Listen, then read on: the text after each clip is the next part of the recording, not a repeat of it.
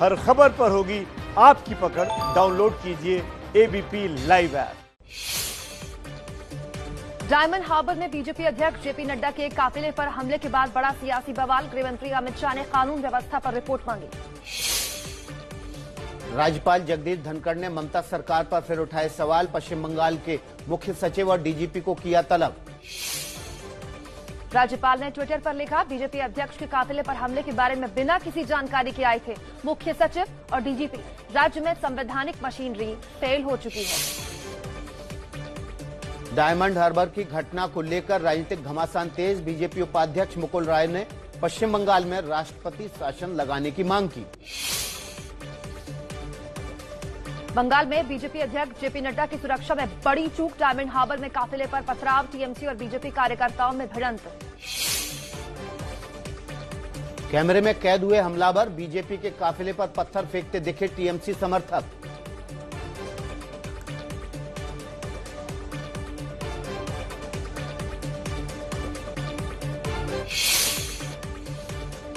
हमले के बाद ममता पर जमकर बरसे बीजेपी के राष्ट्रीय अध्यक्ष जेपी नड्डा। बोले, बुलेट प्रूफ कार की वजह से मेरी जान बच गई। ममता को जवाब जनता देगी।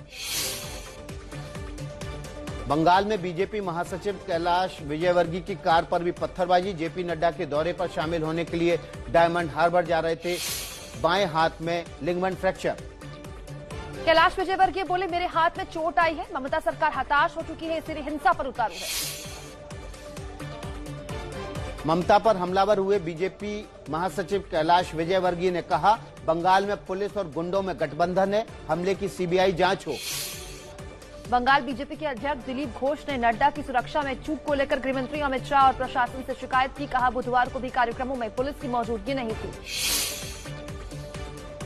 बीजेपी के आरोपों पर सीएम ममता बनर्जी बोली, नौटंकी कर रहे हैं नड्डा। बीजेपी वाले खुद पर हमले करवाते हैं।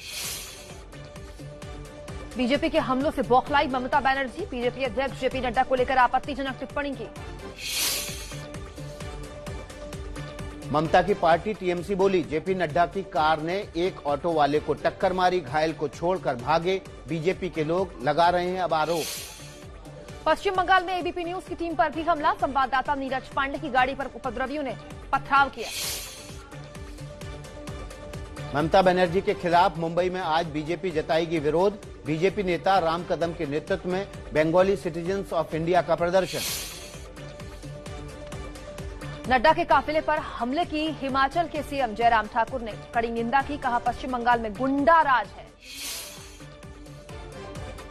डायमंड हार्बर की घटना पर दिल्ली में नाराजगी। कुछ लोगों ने टीएमसी सांसद और ममता के भतीजे अभिषेक बनर्जी के घर पर कालिख पोती। बीजेपी कार्यकर्ताओं पर दिल्ली के डिप्टी सीएम मनीष सिसोदिया के घर पर हमले का आरोप। आम आदमी पार्टी ने वीडियो जारी कर कहा, सिसोदिया के परिवार पर हमला किया गया। जम्मू कश्मीर में जिला विकास परिषद चुनावों में 5वें दौर का मतदान पूरा। कड़ी सुरक्षा के बीच 51% से ज्यादा हुई वोटिंग। कृषि मंत्री नरेंद्र सिंह तोमर ने फिर दिलाया किसानों को भरोसा। बोले, कृषि कानून से नहीं होगा कोई नुकसान। अगर किसान चाहें तो सरकार बातचीत के लिए आगे भी तैयार है। सरकार ने फिर दोहराया एमएसपी पर प्रतिबद्धता। कृषि मंत्री ने कहा, हर हाल में चलती रहेगी एमएसपी। लिखित तौर पर आश्वासन देने के लिए तैयार है सरकार। किसान आंदोलन का 16वां दिन। कृषि कानून वापस लेने की मांग पर अड़े किसान। कल देश भर में टोल प्लाजा की फ्री करने की धमकी।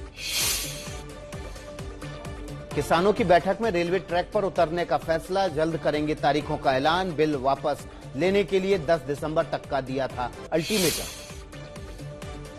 हरियाणा के सोनीपत में किसानों का हंगामा। किसान रिलायंस मॉल को जबरन बंद करवा रहे हैं। किसान आंदोलन को लेकर हरियाणा बीजेपी के अध्यक्ष का बड़ा बयान। ओपी धनखड़ बोले, सरकार ने अपनी जिम्मेदारी निभाई, अब किसानों के पाले में गेंद।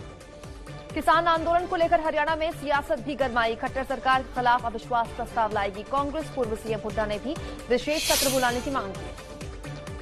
अकाली दल के अध्यक्ष सुखबीर सिंह बादल ने सभी लोगों से किसान आंदोलन के समर्थन में खड़े होने की अपील की।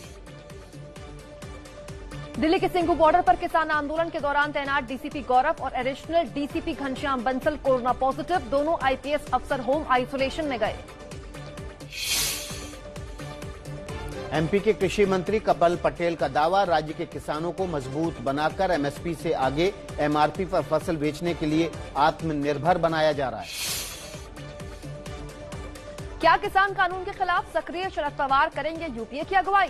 सूत्रों के मुताबिक खुद सोनिया गांधी ने जताई इच्छा। पवार की पार्टी ने खबरों का खंडन किया। स्वास्थ्य मंत्री टीएस सिंहदेव के बयान के बाद छत्तीसगढ़ में 2.5 साल में सीएम बदलने पर छिड़ी चर्चा। सिंहदेव ने कहा, किसी का कार्यकाल फिक्स नहीं होता। सीएम भूपेश बघेल ने कहा, किसी भी मुख्यमंत्री का कार्यकाल स्थायी नहीं होता, हाईकमान कहेगा तो इस्तीफा दे दूंगा।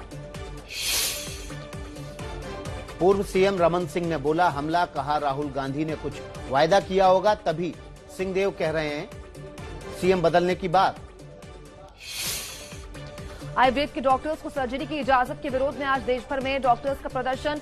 आईएमए ने कहा, कोविड सेवाओं पर असर नहीं होगा। बच्चों की मौत से एक बार फिर दहला राजस्थान का कोटा। सरकारी जेके अस्पताल में 24 घंटे में 9 बच्चों की मौत। डीएम के निर्देश पर जांच कमेटी गठित। अस्पताल के बचाव में उतरे राजस्थान के स्वास्थ्य मंत्री रघु शर्मा बोले, 3 बच्चों को मृत अवस्था में लाया गया था और 3 की मौत जन्मजात बीमारी से हुई। 3 बच्चे सीओटी से मरे। बिहार को कोरोना वैक्सीन का इंतजार। स्वास्थ्य विभाग के साथ जिला प्रशासन ने तैयारी शुरू की। पटना के जिला पशुपालन दफ्तर में 10 लाख क्षमता वाले वैक्सीन स्टोरेज तैयार।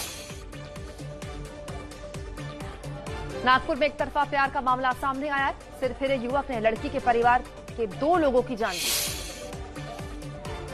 एमपी के शाहजहांपुर में बीमा के पैसे के लिए फर्जीवाड़े का पर्दाफाश। खुद मौत का नाटक रचने वाले व्यापारी पराग को पुलिस ने पकड़ा।